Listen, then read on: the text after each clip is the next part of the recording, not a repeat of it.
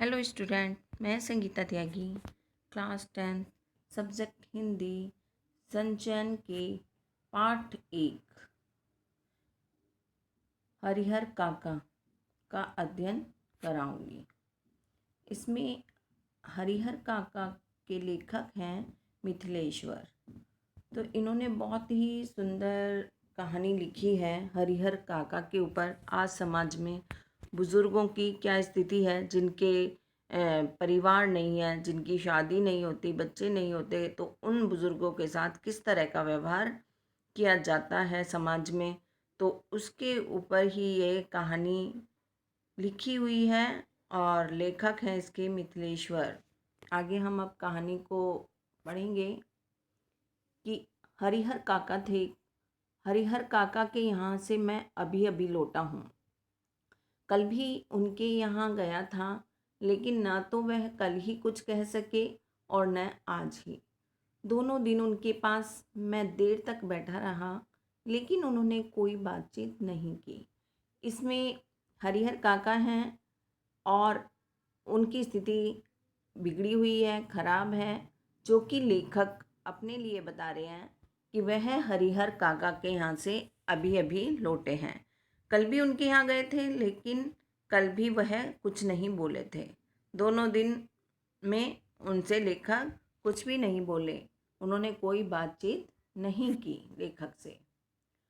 उनमें प्रमुख कारण दो हैं। एक तो यह है कि हरिहर काका मेरे पड़ोस में रहते हैं। अब लेखक बता रहे हैं कि मुझे उनसे बहुत ज़्यादा लगाव है, हरिहर काका से बहुत ज़्यादा लगाव है। क्यों लगाव है? दो कारण इसके बताए हैं कि एक तो हरिहर काका पड़ोस में रहते हैं, और दूसरा कारण यह है कि मेरी माँ बताती है हरिहर काका बचपन में मुझे बहुत दुलार, दुलार का अर्थ होता है प्यार, करते थे, अपने कंधे पर बैठा कर घुमाया करते थे। लेखक कहते हैं कि उनसे प्यार का मेरे दो कारण हैं कि एक तो वो मेरे पड़ोसी हैं, मेरे पड़ोस में रहते हैं, दूसरा क्या है, उनकी माँ ने उन्हें बताया कि बचपन में वो उन्हें बहुत ज़्यादा पिता की तरह प्रेम करते थे।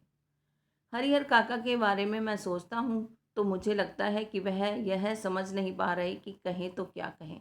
अब लेखक कह रहे हैं कि मैं अगर उनके विषय में सोचता हूँ तो मुझे ऐसा महसूस होता है कि वह अपने मन की बात किसी को नहीं कह पा रहे हैं। अब कोई ऐसी बात नहीं जिसे कहकर वह हल्का हो सके। कोई ऐसी उक्ति, उक्ति का अर्थ होता है कथन या वाक्य, कहने योग्य, नहीं जिसे कहकर वे मुक्ति पा सके। हरिहर काका की स्थिति में मैं भी होता तो निश्चय ही इस गूंगेपन का शिकार हो जाता। लेखक कह रहे हैं कि अब उनकी ऐसी स्थिति हो गई है, इस जगह वो पहुंच गए हैं कि कुछ कहना सुनना उनके लिए रहा ही नहीं। अब वो कुछ कह ही नहीं सकते, उनके पास कोई ऐसे शब्द ही न रहे जो वो अपने विषय में कुछ बोल सकें। और इस स्थिति में जो भी होता, लेखक कह रहे हैं अगर मैं भी होता तो मैं भी इस गूंगेपन का अर्थात ना बोलने का ही शिकार हो जाता। गांव में, अब वो गांव का बता रहे हैं कि गांव कौन से गांव के हैं, वो किस गांव में कैसे रहते थे, गांव का कैसा वातावरण था, इस विषय में हमें लेखक बता रहे हैं। गांव में एक थी ठाकुरवाड़ी की स्थापना कब हुई, इसकी ठीक ठीक जानकारी किसी को नहीं है। एक ठाकुरवाड़ी है गांव में, जिसकी स्थापना कब हुई इसकी पूरी तरह से किसी को भी जानकारी नहीं है। इस संबंध में गांव में जो कहानी प्रचलित, यानी प्रचलित का अर्थ होता है चलनसार, जो चल रही है, वह यह है कि वर्षों पहले जब वह गांव पूरी तरह बसा भी नहीं था, कहीं से एक संत आकर इस स्थान पर झोपड़ी बना कर रहने लगे थे। ऐसे कहा जाता है कि जो ये गांव में ठाकुरवाड़ी है, ठाकुरवाड़ी अर्थात कृष्ण जी का मंदिर है, उसके विषय में ऐसा माना जाता है कि कभी कोई बहुत प्राचीन समय में पहले एक संत आए थे जो कि वहाँ पर एक झोंपड़ी बनाकर रहने लगे थे। फिर जैसे जैसे गांव बसता गया और आबादी बढ़ती गई, मंदिर के कलेवर का अर्थ होता है शरीर या देह, ऊपरी ढांचा, जो उसका ढांचा है मंदिर का, में भी विस्तार होता गया। उसमें भी बहुत ज़्यादा अनेक परिवर्तन आते गए, बड़ा होता चला गया। लोग ठाकुरवाड़ी को मनौती, मनौती का अर्थ होता है मन्नत, किसी चीज़ की हम मांग कर लेते हैं, मन्नत बोल लेते हैं, तो उसे कहते हैं मनौती। तो ठाकुरवाड़ी को मनौती मनाते कि पुत्र हो, मुकदमे में विजय हो, लड़की की शादी अच्छे घर में तय हो, लड़के को नौकरी मिल जाए, तो अनेक अपने मन की इच्छाओं को पूर्ण करने के लिए मनौती मांगी जाती थी। अब कोई ऐसी बात नहीं जिसे कहकर तो इसमें क्या है, वो मेरा गांव कस्बाई शहर आरा से 40 किलोमीटर की दूरी पर है। यहाँ पर लेखक बता रहे हैं कि उनका जो गांव है वो 40 किलोमीटर की दूरी पर है और हसन बाजार बस स्टैंड के पास। गांव की कुल आबादी 2,500-3,000 होगी। तो उसमें कोई 2,500-3,000 लोग उस गांव में रहते होंगे। गांव में 3 प्रमुख स्थान हैं। गांव के पश्चिम किनारे पर बड़ा सा तालाब है। गांव के मध्य में यानी बीच में स्थित बरगद का पुराना वृक्ष है और गांव के पूरब में ठाकुर जी का विशाल मंदिर, जिसे गांव के लोग ठाकुरवाड़ी कहते हैं। तो ये इसमें लेखक अपने गांव का पूरा वो बता रहे हैं कि क्या क्या उनके गांव में स्थित है। तो उन्होंने बताया है कि गांव में के पश्चिम किनारे पर यानी पश्चिम की ओर बड़ा सा एक तालाब है और बीच में बरगद का पेड़ है और फिर पूरब में विशाल यानी ठाकुरवाड़ी है। तो मंदिर बना हुआ है, विशाल मंदिर है, बड़ा मंदिर है ठाकुरवाड़ी, उसे लोग क्या कहते हैं, ठाकुरवाड़ी कहते हैं। अब उन्होंने बताया है कि ठाकुरवाड़ी के विषय में बताया था जैसे कि गांव बसता गया और उसकी आबादी बढ़ती गई। मंदिर के जो ढांचा है उसमें भी विस्तार हुआ और लोग ठाकुरवाड़ी से अनेक मनौतियाँ, अनेक मन्नतें मांगते थे। फिर उसमें जिसको सफलता मिलती वह खुशी से ठाकुर जी पर रुपया, जेवर, अनाज चढ़ाते रहते थे। जैसे ही किसी की इच्छा पूर्ण हो जाती थी तो वह क्या करते थे कि रुपया, पैसा, जेवर आदि वो चढ़ा देते थे। अधिक खुशी होती तो ठाकुर जी के नाम अपने खेत का एक छोटा सा टुकड़ा लिख देते। अगर किसी के यहाँ कुछ ज़्यादा इच्छा पूर्ण, बड़ी इच्छा पूर्ण हो जाती तो वो क्या करते थे, ज़मीन का एक छोटा सा टुकड़ा ठाकुरवाड़ी के नाम कर दिया करते थे। यह परंपरा का अर्थ होता है प्रथा या प्रणाली, आज तक जारी है। आज भी इस तरह की मन्नतें मांगकर लोग दान आदि ठाकुरवाड़ी में किया करते हैं। लोगों के इस विश्वास का ही यह परिणाम है कि गांव की अन्य चीज़ों की तुलना में ठाकुरवाड़ी का विकास 1000 गुना अधिक बढ़ा है। अब तो यह गांव ठाकुरवाड़ी के ही नाम से पहचाना जाता है। तो इसमें लेखक कह रहे हैं कि बाकी गांव का इतना विकास नहीं हुआ जितना ठाकुरवाड़ी का विकास हुआ है। 1000 गुना अधिक उसका विकास हुआ है क्योंकि लोग खूब दान दक्षिणा उसमें देते हैं। अपनी मन्नत पूर्ण होते ही लोग उसमें रुपया, पैसा, जेवर, जमीन सब देते हैं, जिससे कि उसका विकास अधिक मात्रा में हुआ है। यह ठाकुरवाड़ी न सिर्फ मेरे गांव की एक बड़ी और विशाल ठाकुरवाड़ी बल्कि पूरे इलाके में इसकी जोड़ की दूसरी ठाकुरवाड़ी नहीं है। पूरा जो इलाका है, आसपास का जो एरिया है, उसमें ऐसी ठाकुरवाड़ी कहीं भी नहीं है।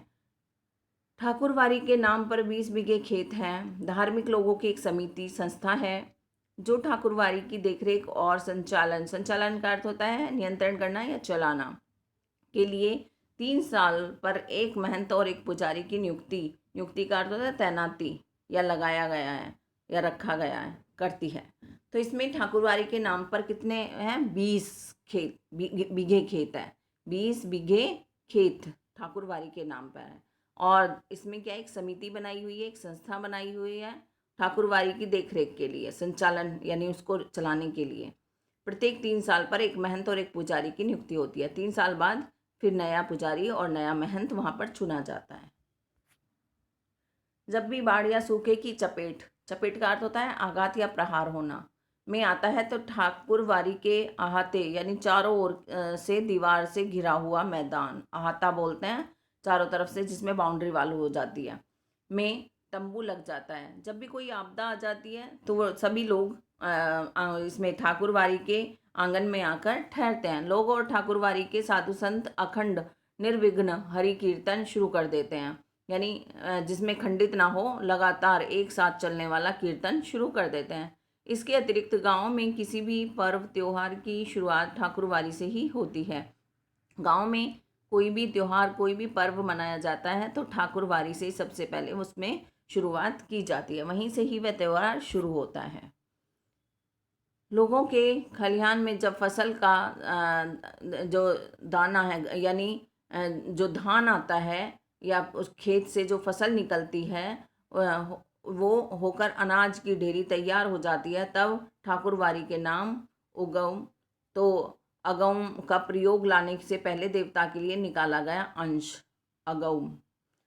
तो जो हम कोई भी जब अन्न हमारे यहाँ उगता है, किसानों के यहाँ उगता है, तो उसका छोटा सा अंश दान दिया जाता है तो वह निकाल कर ही लोग अनाज अपने घर में ले जाते हैं। पहले जब भी कोई फसल किसानों के यहाँ आती है तो उसका छोटा सा अंश निकाल कर पहले ठाकुरबाड़ी में रखा जाता है, उसके बाद ही लोग यानी किसान अपना अनाज अपने घर में ले जाते हैं। ठाकुरबाड़ी के साथ अधिकांश लोगों का संबंध बहुत ही घनिष्ठ है, बहुत ज़्यादा अत्यधिक निकट का है। मन और तन दोनों स्तर पर, मन से भी और शरीर से भी। कृषि कार्य से अपना बचा हुआ समय वे ठाकुरबाड़ी में ही बिताते हैं। ज़्यादातर लोग क्या करते हैं कि किसान हैं वहाँ के गांव के लोग, और जो भी समय बचता है किसानी से, खेतों से, वह अपना सारा समय ठाकुरबाड़ी में ही बिताते हैं। इतने लोग मान्यता करते हैं उसकी।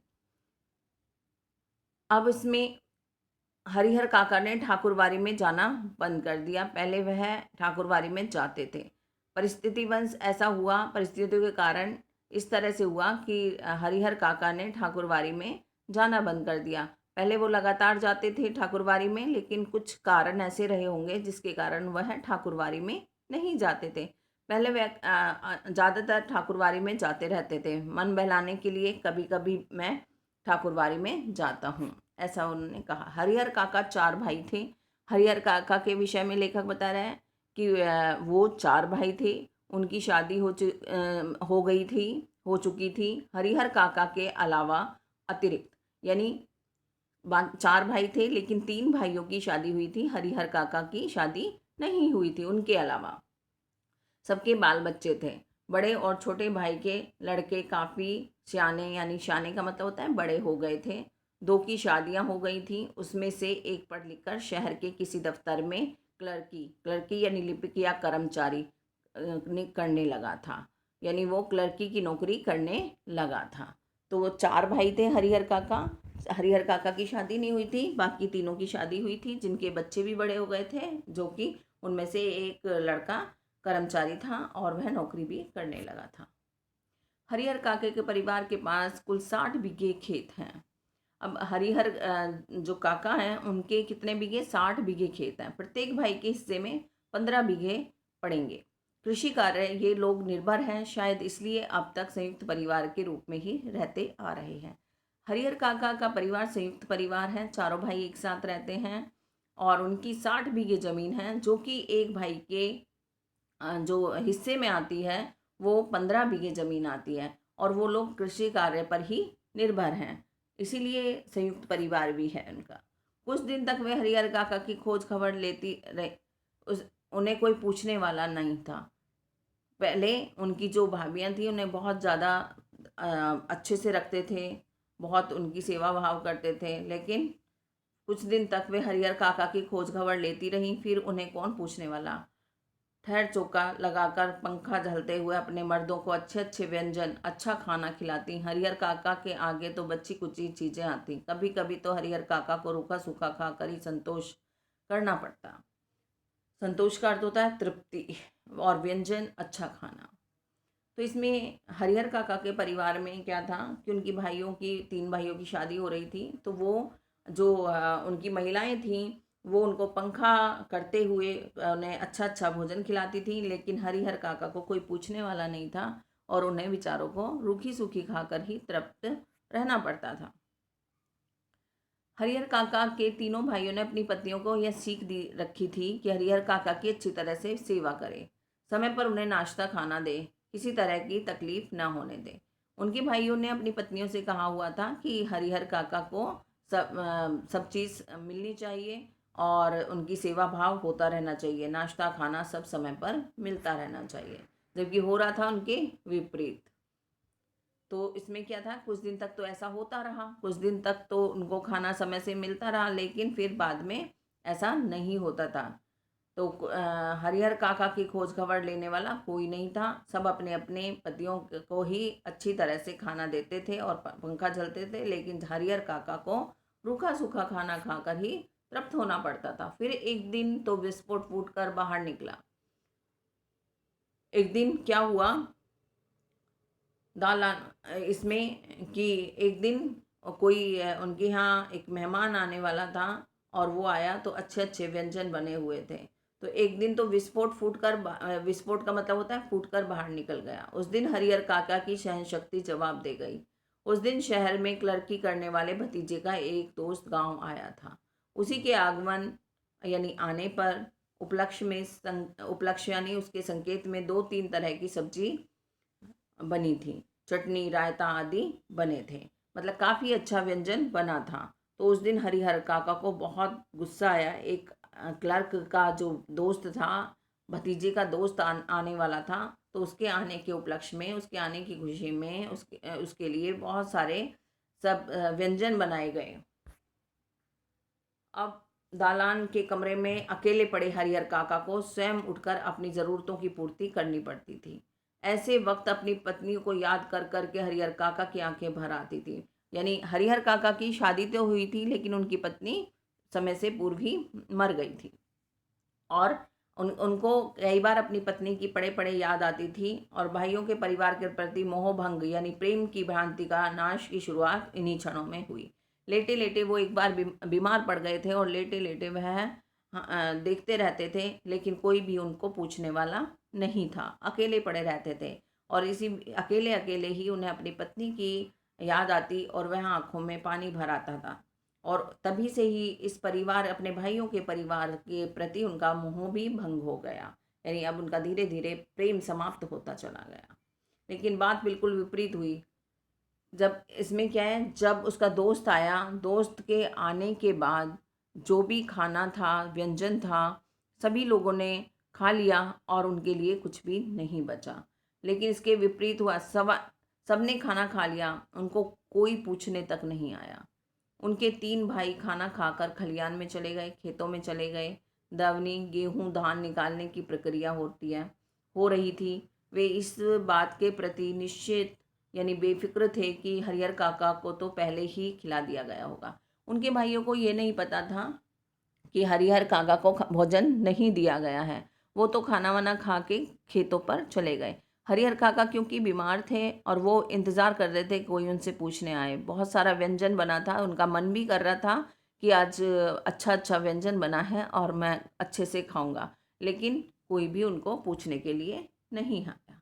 हरिहर काका गरजते हुए हवेली से दलान की ओर चल पड़े। उन्हें गुस्सा आ गया, क्योंकि उन्हें अत्यधिक भूख लग रही थी, और वह गुस्से में दलान दलान यानी अपने एक बरामदे की तरफ आ गए। समझ नहीं हो कि मुफ्त में खिलाती हो। अब उन्हें गुस्सा आ गया, और वो कहने लगे अपने भाभीियों को कि तुम ये समझती हो कि मुझे मुफ्त में खिलाती हो? अपने मन से यह बात निकाल दो। मेरे हिस्से के खेत की पैदावार इसी घर में आती है। वो कहते हैं कि जो मेरे हिस्से में खेत आते हैं, उसमें जो भी फसल होती है उसकी पैदावार इसी घर में आती है। मैं मुफ्त में तुम्हारा भोजन नहीं करता हूँ। उसमें तो मैं 2-4 नौकर रख लूँ। इतनी पैदावार होती है मेरे खेतों में, तो इसमें तो मैं 2-4 नौकर भी रख सकता हूँ। आराम से खाऊं, तब भी कमी नहीं होगी। मैं अनाथ और बेसहारा नहीं हूँ। मेरे धन पर जो तुम सब मौज कर रहे हो, लेकिन अब मैं तुम सबों को बताऊंगा आदि। उन्हें इतना गुस्सा आ रहा था, उन्हें भोजन नहीं मिला था, इसलिए उन्होंने अपनी भाभीियों को फटकार लगाई कि जितने खेत में से मेरी आमदनी होती है, जितना अनाज आता है, इतने में तो मैं 2-4 नौकर रखूं, और आराम से वो मेरा काम करें और मैं आराम से खाऊं। लेकिन तुम समझते हो कि मैं अनाथ हूँ या बेसहारा हूँ, मेरा कोई सहारा नहीं है, लेकिन ऐसा तुम गलत समझते हो। तुम मेरे धन पर मौज करते हो, अब मैं तुम्हें ऐसा नहीं करने दूंगा। संयोग अच्छा था, हरिहर काका दलान तक नहीं जाना पड़ा, रास्ते में हरिहर काका मिल गए। अब इसमें क्या था, हरिहर काका के बदन में जैसे आग लग गई थी। उन्होंने थाली उठाकर बीच आंगन में फेंक दी। झन की तेज आवाज के साथ आंगन में थाली गिरी। भात बिखर गया। विभिन्न घरों में बैठी लड़कियां, बहुएं सब एक साथ बाहर निकल आईं। तो हरिहर काका गरजते हुए दलान में आए, और उन्होंने ये सब किया। हरिहर काका जिस वक्त यह सब बोल रहे थे, उस वक्त ठाकुरवाड़ी के पुजारी जी उनके दालान पर ही विराजमान यानी उपस्थित थे। जब उन्हें गुस्सा आ रहा था और वो उन्हें बोल रहे थे अपनी भाभीियों को, तभी जो ठाकुरवाड़ी के पंडित थे, ठाकुरवाड़ी के पुजारी थे, वो वहीं पर थे। वार्षिक हुमाद हवन में प्रयुक्त होने वाली सामग्री के लिए वह घी और शकील लेने आए थे। घी, शक्कर आदि वो लेने के लिए आए थे, सामग्री लेने के लिए आए थे। लौटकर उन्होंने महंत जी को विस्तार के साथ सारी बात बताई। जब वो लौटे वापस ठाकुरवाड़ी में, तो उन्होंने महंत जी को सारी बात बताई कि हरिहर काका ने आज क्या किया है, उनके साथ क्या हो रहा है। उनके कान खड़े हो गए, सावधान होना हो गए। वह दिन उन्हें बहुत शुभ महसूस हुआ। उस दिन को उन्होंने ऐसे ही गुजर जाने देना उचित नहीं समझा। तभी तत्क्षण उसी समय टीका तिलक लगा, कंधे पर राम नामी लिखी चादर डाल ठाकुरवाड़ी से चल पड़े। जो पंडित थे वो एकदम से उनके कान खड़े हो गए। उन्हें लगा कि आज सही मौका है और वह हरिहर काका की तरफ की ओर चल पड़े। संयोग किस्मत अच्छा था, हरिहर के दालान तक नहीं जाना पड़ा। रास्ते में ही हरिहर काका मिल गए। गुस्से में घर से निकलकर खलियान की ओर जा रहे थे, लेकिन महंत जी ने उन्हें खलियान की ओर नहीं जाने दिया, अपने साथ ठाकुरवाड़ी पर ले आए। तो इसमें क्या था कि उन्हें गुस्सा आया हुआ था हरिहर काका को, और वह अपने खेतों की ओर जाने वाले थे, जा रहे थे। लेकिन जो वो थे, वहाँ के पंडित थे, पुजारी थे, उन्होंने उनको वहाँ तक, महंत जी ने उन्हें उनके खलियान पे नहीं जाने दिया, बल्कि उन्हें अपने साथ ठाकुरवाड़ी ले गए। फिर एकांत खाली कमरे में उन्हें बैठा खूब प्रेम से समझाने लगे, हरिहर, यहाँ कोई किसी का नहीं है, सब माया का बंधन है। तू तो धार्मिक प्रवृत्ति का आदमी है, मैं समझ नहीं पा रहा हूँ कि तू इस बंधन में कैसे फंस गया। तो वो महंत जी उन्हें एक खाली कमरे में ले आए। उनके अंदर एक छल कपट भर रहा था, और उन्होंने सोचा कि इनको फुसलाकर मैं अपनी तरफ कर लेता हूँ। और उन्होंने इसी विचार से हरिहर काका को समझाने लगे और कहने लगे, हरिहर, यह यहाँ कोई किसी का नहीं है। ये जो संसार है इसमें कोई किसी का नहीं, सब माया का बंधन है। केवल माया अपने बंधन में जकड़े हुए है, और तुम तो धार्मिक प्रवृत्ति के हो। मैं समझ नहीं पा रहा हूँ कि तुम इस बंधन में कैसे बंध रहे हो। तुम्हें तो भगवान की शरण में होना चाहिए। तुम अपने परिवार में और इन सब माया मोह में क्यों बंध रहे हो, ऐसा महंत जी कहने लगे। अब वो सीधे सीधे उनके खेत हड़प बेईमानी से ले लेना जाएंगे। ठाकुर जी के नाम लिख देंगे तो पुस्तकों तक लोग उन्हें याद करेंगे। अब तक ये जीवन में कोई ईश्वर के लिए उन्होंने कुछ नहीं किया, अंतिम समय तो यह बड़ा पुण्य कमा लें। अब वो क्या है, जो महंत जी हैं, महंत जी ने उनको बताया कि तुम क्या करो कि अपने जितने भी खेत हैं वो सारे ठाकुरवाड़ी के नाम लिख दो, और तुमने जो भी अभी तक कोई काम नहीं किया है, पुण्य का काम नहीं किया है, तुम्हारा ये पुण्य बहुत ज़्यादा लगेगा। अपनी बात समाप्त कर महंत जी प्रतिक्रिया यानी बदले की क्रिया की, अब वो क्या बोलेंगे ऐसा जानने के लिए हरिहर की ओर देखने लगे। उन्होंने मुंह से जो कुछ नहीं कहा, लेकिन उनके चेहरे के परिवर्तन यानी बदलता हुआ भाव महंत जी के अनुभवी आंखों से छिप न रहा। उन्होंने उन्होंने वो समझ गए हरिहर काका कि महंत जी क्या करना चाहते हैं। अब महंत जी सोचने विचारने इसमें हरिहर काका ने सोचना विचारना शुरू कर दिया कि हाँ, ऐसा अगर मैं ठाकुरवाड़ी को अपने खेत लिख दूँ, लेकिन मेरे भाइयों के साथ फिर ये अन्याय होगा। तो उन्होंने कहा, अपनी सफलता पर महंत जी को बहुत खुशी हुई। उन्होंने लगा कि आज मैं सफल हो गया हूँ, मैंने हरिहर काका को समझा के और अपनी तरफ कर लिया है, उन्होंने सही जगह वार किया है। इसके बाद उसी वक्त ठाकुरवाड़ी के 2 सेवकों को बुलाकर आदेश दिया कि एक साफ सुथरे कमरे में पलंग पर बिस्तरा लगाकर उसके आराम का इंतज़ाम यानी प्रबंध कर दिया जाए। तो अब महंत जी को ने जो हरिहर काका थे उनको समझाया कि तुम अपने 15 बीघे ज़मीन इस ठाकुरवाड़ी के नाम कर दो, इसमें तुम्हारा लोक परलोक सुधर जाएंगे। और अब वो इस सफलता पर, जो उन्होंने ऐसा लग रहा था उन्हें कि मैं सफल हो गया हूँ, जो विचार उनके मन में डाले थे, तो उन्हें महंत जी को ऐसे लगने लगा कि इसमें मुझे सफलता मिल गई है, और आज वो बहुत ज़्यादा खुश थे।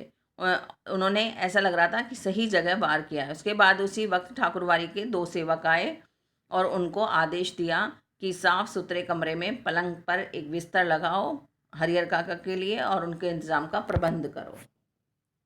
फिर तो महंत जी के कहने में जितना समय लगा था, उससे कम समय में ही सेवकों ने हरिहर काका के मना करने के बावजूद उन्हें एक सुंदर कमरे में पलंग पर जा लिटाया। हरिहर काका मना ही कर रहे थे, लेकिन उनके जो सेवक थे उन्होंने उन्हें ले जाकर और उस कमरे पर लिटा दिया।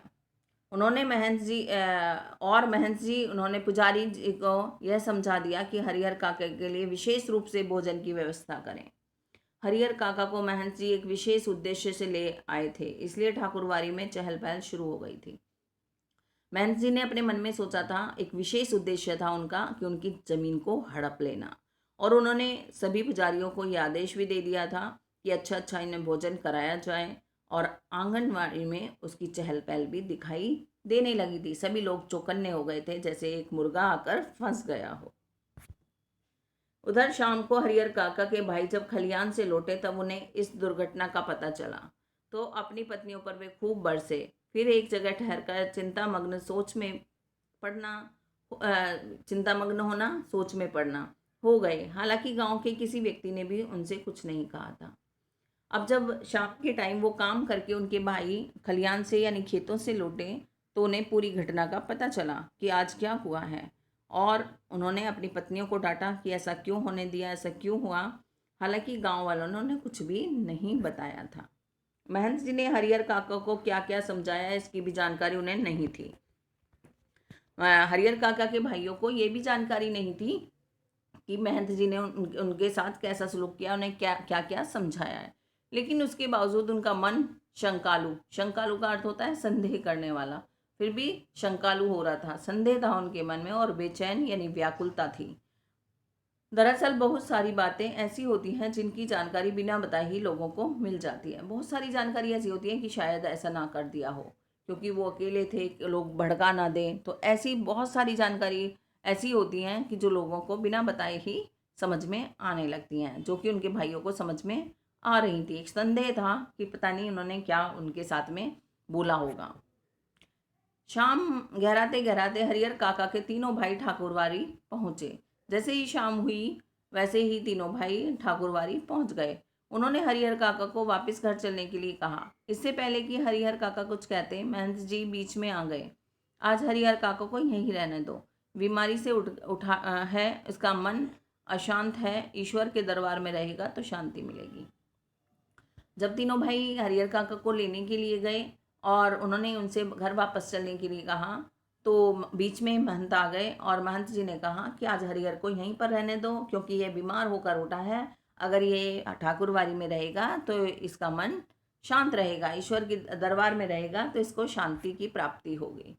लेकिन उनके भाइयों ने घर ले चलने के लिए जिद करने लगे। वो बहुत ज़्यादा जिद करने लगे। इस ठाकुरवाड़ी के साधु संत उन्हें समझाने लगे। वहां उपस्थित गांव के लोगों ने भी कहा कि एक रात ठाकुरवाड़ी में रह जाएंगे तो क्या हो जाएगा। अंत भाइयों को निराश हो वहां से लौटना पड़ा। अब क्या था कि भाइयों ने घर चलने की जिद करी हरिहर काका को, और ठाकुरवाड़ी के जो साधु संत थे वो समझाने लगे कि, और गांव के लोग भी कहने लगे कि कोई बात नहीं, एक रात अगर हरिहर काका ठाकुरवाड़ी में रह जाएंगे तो कुछ बुरा नहीं हो जाएगा और कुछ बिगड़ नहीं जाएगा, इसलिए इनको आज यहीं रहने दो। सबका कहना मानते हुए उनके भाइयों को वापस निराश लौटना पड़ा और हरिहर काका उनके साथ नहीं आए। रात में हरिहर काका को भोग लगाने के लिए जो मिठाई और व्यंजन, मिष्ठान का अर्थ होता है मिठाई और व्यंजन का अर्थ होता है तरह तरह का भोजन, मिले, वैसे उन्होंने कभी नहीं खाए थे। घी टपकते मालपुए, रस बुनिया, लड्डू, छेने की तरकारी, दही, खीर आदि बहुत सारे व्यंजन उनको दिए गए, जो कि हरिहर काका ने पहले कभी नहीं खाए थे। सुबह तड़के ही तीनों भाई पुनः ठाकुरवाड़ी पहुंचे। हरिहर काका के पांव पकड़ रोने लगे, अपनी पत्नियों की गलती के लिए माफ़ी मांगी तथा उन्हें दंड देने की बात कही। साथ ही खून के रिश्ते की माया फैलाई। हरिहर काका का दिल पसीज गया। पसीजना, मन में दया आ जाना, भाव जागना। पुनः वापस घर लौट आए। अब सुबह सुबह तड़के में यानी सुबह सुबह भाई ठाकुरवाड़ी गए उनके, और हरिहर काका के पांव पकड़ने लगे, अपनी पत्नियों की गलती के लिए माफ़ी मांगी और उन्हें घर चलने के लिए कहा। रिश्तों का भी उनको उन्होंने बताया कि हम तो भाई हैं, हमारा खून का रिश्ता है, ये भी उन्होंने माया बंधन में उनको फंसाया। और हरिहर काका का दिल उस पर पसीज गया। वो एकदम से उनमें दया आ गई, उनके मन में दया भाव आ गया।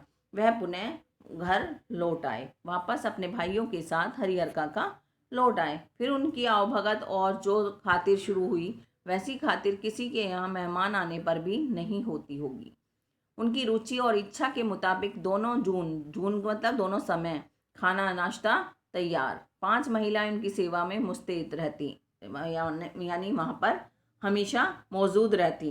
तीनों भाइयों की पत्नियां और दो दो उनकी बहुएं थीं। तो हर समय उनकी सेवा होती रहती और 5 महिलाएं उनकी सेवा में रहती थीं और उनकी इस तरह से आवभगत हुई जैसे किसी घर में कोई मेहमान की भी नहीं होती। उनकी इच्छा और रुचि के अनुसार ही उन दोनों समय का भोजन मिलने लगा। पुजारी जी ने स्वयं अपने हाथों से खाना, इधर तीनों भाई रात, लेकिन यह क्या, इस बार अपने घर पर जो बदलाव उन्होंने लक्ष्य किया उन्हें सुखद आश्चर्य में डाल दिया। घर के छोटे बड़े सब उन्हें सिर आंखों पर उठाने को तैयार। भाइयों की पत्नियों ने उनके पैरों पर माथा रख गलती के लिए क्षमा याचना की। एकदम से परिवर्तन था घर में और उन्होंने बहुत बड़ा बदलाव अपने घर में देखा। सभी छोटे बड़े और सब उनसे माफ़ी और क्षमा याचना कर रहे थे। घटनाएं स्वयं ही कुछ कह देती हैं, लोगों के कहने की ज़रूरत नहीं होती। न तो गांव के लोगों से महंत जी ने ही कुछ कहा था और न ही हरिहर काका के भाइयों ने ही। उसके बावजूद गांव के लोग सच्चाई से अवगत अवगत यानी जानना हुआ हो गए। उन्हें घटनाएं ऐसी होती हैं जो जब घटती हैं तो किसी को कुछ कहने की ज़रूरत नहीं होती, लोगों आप ही समझ जाते हैं और वह सब सच्चाई से अवगत हो जाते हैं। लोग प्रत्यक्ष यानी दोनों के सामने दिखाई देने वाले और परोक्ष जो सामने दिखाई ना दे रूप में 2 वर्गों में बंटने लगे।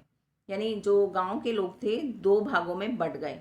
कई बैठकों में दोनों वर्गों के बीच आपस में तू मैं भी होने लगी। आपस में बैठकर वो लड़ाई झगड़ा भी करने लगे। एक वर्ग के लोग चाहते थे कि हरिहर अपने हिस्से की जमीन ठाकुरबाड़ी जी के नाम लिख दे और दूसरे लोग चाहते थे कि वह अपने परिवार के ही नाम लिखे क्योंकि उसके भाई बंद हैं और उन्होंने उसकी सेवा की है। तब यह ठाकुरबाड़ी, तो इसमें हरिहर काका बिल्कुल अनपढ़ व्यक्ति हैं, फिर भी इस बदलाव को उन्होंने समझ लिया और ये निश्चय किया कि जीते जी किसी को जमीन नहीं देंगे। अपने भाइयों को समझा दिया, मर जाऊंगा तो अपने आप मेरी ज़मीन तुम्हें मिल जाएगी, ज़मीन लेकर तो जाऊंगा नहीं, इसलिए लिखवाने की क्या ज़रूरत है। उनके भाइयों ने कहा कि कहीं महंत जी तुम से ज़बरदस्ती करके ज़मीन ना ले लें, तुम एक काम करो, अपनी ज़मीन हमारे नाम लिख दो। तभी हरिहर काका ने कहा, हरिहर काका बिल्कुल अनपढ़ व्यक्ति हैं लेकिन फिर भी इस बदलाव को उन्होंने अच्छी तरह से समझ लिया कि जो भी मेरे साथ हो रहा है ये सब ये चालाकीपन और इस तरह से एक चालाक मन से किया जा रहा है और वह इस बात को समझ गए। उन्होंने कहा कि जब मैं मर जाऊंगा तो परिवार को ही ज़मीन जाएगी, तुम लोगों को ही ज़मीन जाएगी। लेकिन हर का कारण हाँ कहते और ना कहते। ना कहकर वे महंत जी को दुखी करना नहीं चाहते। महंत जी कहते थे कि ज़मीन मेरे नाम ठाकुरबाड़ी के नाम कर दो, तो वो ना हाँ कहते थे ना कहते थे, क्योंकि भाई के परिवार में जो सुख सुविधा उन्हें मिल रही थी वे महंत जी की कृपा से ही थी। और हाँ, जो उन्हें कहना नहीं है क्योंकि अपनी ज़िंदगी में अपनी ज़मीन उन्हें किसी को नहीं लिखनी, इस मुद्दे पर वे जागरूक हो गए थे। अपने मन में उन्होंने सोच लिया था कि ज़मीन ना मैं ठाकुरबाड़ी को लिखूंगा और ना अपने भाइयों को लिखूंगा। तो ये उनके लिए बात बिल्कुल पुख्ता थी। पर बिताते समय के अनुसार महंत जी चिंताएं बढ़ती जा रही थी। जाल में फंसी चिड़िया पकड़ से बाहर हो गई थी। महंत जी इस बात को सह नहीं पा रहे थे। महंत जी को लग रहा था कि हर धर्म संकट में पड़ गया है। अब महंत जी को लग रहा था कि जो चिड़िया मैंने फंसाई थी वो निकल गई हाथ से और अब वो सोच रहे थे कि अब क्या करूं, शायद हरिहर काका को धर्म संकट है, वो परिवार को ज़मीन देना चाहता है लेकिन मैं चाहता हूं कि वो हमारे नाम ज़मीन लिख दे। एक और वह चाहता है कि ठाकुर जी को लिख दूं, किंतु दूसरी ओर भाई के परिवार के माया मोह में बंध जाता है। इस स्थिति में हरिहर काका का अपहरण जबरदस्ती यानी बलपूर्वक उनसे लिखवाने के अतिरिक्त सिवाय दूसरा कोई विकल्प यानी उपाय नहीं। बाद में हर स्वयं राजी सहमत हो जाएगा। अब महंत जी ने सोचा कि मैं उसकी वो माया मोह में, परिवार के मोह में फंस गया है, और मैं सोचता हूँ कि बलपूर्वक उसकी ज़मीन को ठाकुरवाड़ी के नाम लिखवा लूँ और बाद में वो खुद से तैयार हो जाएगा। गांव में किसी ने ऐसी घटना नहीं देखी न सुनी थी। सारा गांव जाग गया। शुभ चिंतक भलाई करने वाला तो उसके यहाँ जुटने लगे, लेकिन अन्य लोग अपने दालान और मकान की छतों पर जमा होकर आहट यानी आवाज़ देने वाले को बातचीत करने लगे, मंद आवाज़ सुनने लगे। हरिहर काका के भाई लोगों के साथ उन्हें ढूंढने निकले, क्योंकि अब हरिहर काका का अपहरण हो गया था, जो कि महंत जी ने करवाया था। और चारों तरफ ऐसी आवाज़ें होने लगी, कोई कुछ कहने लगा, कोई कुछ कहने लगा, और हरिहर काका के भाई लोगों के साथ उन्हें ढूंढने के लिए निकले। उन्हें लगा कि यह महंत का काम है। वे में यानी भरा हुआ या युक्त दल बल साथी और संगी साथी के साथ में ठाकुरबाड़ी जा पहुंचे। वहां खामोशी और शांति नजर आई। रोज की भांति ठाकुरबाड़ी का मुख्य फाटक बंद था, तो वहां ऐसा नहीं लग रहा था कि किसी को यहाँ पर लाया गया है। बिल्कुल शांत वातावरण था, जैसे रोज रहता है। उधर ठाकुरबाड़ी के भीतर महंत और उनके कुछ चंद विश्वासी साधु सादे और लिखे कागज पर अनपढ़ हरिहर काका के अंगूठे के निशान जबरन यानी जबरदस्ती ले रहे थे। हरिहर काका को महंत के इस व्यवहार से जैसे आसमान से ज़मीन पे आ गिरे हों। यानी वो ठाकुरवाड़ी में उनको अंदर ले गए थे महंत जी, और उनके जो साधु थे, विश्वासी, उनके ज़्यादा विश्वासी साधु संत थे, वो उनसे ज़बरदस्ती, हरिहर काका से ज़बरदस्ती ज़मीन लिखवाने का काम कर रहे थे। और हरिहर काका को महंत के इस व्यवहार से जैसे आसमान से ज़मीन में आ गए थे। ऐसा लग रहा था कि बिल्कुल आकर नीचे गिर गया हूँ। अचानक से उन्होंने कभी सोचा भी नहीं था कि इस तरह की कोई घटना मेरे साथ हो सकती है, या इस ठाकुरवाड़ी में ऐसा भी कुछ होता होगा। उन्होंने सपने में भी नहीं सोचा था कि महंत जी इस रूप में भी आएंगे। जिस महंत को वे आदरणीय यानी आदर के योग्य, श्रद्धा के योग्य समझते थे, वह महंत अब उन्हें घृणित, घिनौना, दुराचारी यानी दुष्ट आचरण करने वाला और पापी नजर आने लगा था। अब वह उस महंत की सूरत भी देखना नहीं चाहते थे। उन्होंने कभी सपने में भी नहीं सोचा था कि महंत जी इस रूप में आ जाएंगे, और जिसकी इतनी आव भगत और श्रद्धा भाव था उनके मन में, और अब उन्हें उनसे घृणा होने लगी थी। उनकी सूरत देखना भी उन्हें अच्छा नहीं लग रहा था। अब अपने भाइयों का परिवार महंत की तुलना में उन्हें ज़्यादा पवित्र और नेक यानी भला और अच्छा लगने लगा था। हरिहर काका ठाकुरवाड़ी से अपने घर पहुंचने के लिए बेचैन यानी व्याकुल थे, इसलिए लोग उन्हें पकड़े हुए थे। अब हरिहर काका को क्या लग रहा था कि इनसे अच्छा तो मेरा परिवार बहुत भला है, बहुत ही नेक है, और ये महंत और ये सब बहुत जल्लाद हैं, मेरे साथ इस तरह का हरकतें कर रहे हैं, मुझे परेशान कर रहे हैं, ज़बरदस्ती मेरे साथ में इस तरह का व्यवहार कर रहे हैं, तो इससे बहुत ज़्यादा अच्छा तो मेरा परिवार है। हरिहर काका ठाकुरवाड़ी से अपने घर पहुंचने के लिए बेचैन थे, व्याकुल थे। वो चाहते थे कि जल्दी से जल्दी मैं अपने घर पहुंच जाऊं, लेकिन लोग उन्हें पकड़े हुए थे और महंत जी उन्हें समझा रहे थे, तुम्हें भले के लिए ही ये सब किया गया है हरिहर। अभी तुम्हें लगेगा कि हम लोगों ने तुम्हारे साथ जोर जबरदस्ती की, लेकिन बाद में तुम समझ जाओगे कि जिस धर्म संकट में तुम पड़े थे, उससे उबारने यानी पार लगाने के लिए यही एकमात्र केवल एक रास्ता था। महंत जी उनको समझा रहे थे कि तुम्हें अभी ऐसा लग रहा है कि हम तुम्हारे साथ में जोर जबरदस्ती कर रहे हैं और तुम्हारी ज़मीन को हड़प रहे हैं, लेकिन बाद में तुम समझ जाओगे कि तुम्हारे मन में जो धर्म संकट फंसा हुआ है कि ज़मीन भगवान के नाम करूं, ठाकुरवाड़ी के नाम करूं या अपने परिवार के, उससे तुम निकल जाओगे, और यही एक रास्ता है ज़बरदस्ती का। इस तरह से हरिहर काका के साथ में जो ठाकुरवाड़ी यानी महंत लोगों ने जो व्यवहार किया और उनके परिवार ने जो व्यवहार किया, ये सब चल रहा था। बाकी दूसरे पार्ट में हरिहर काका की कथा को हम समझेंगे। धन्यवाद।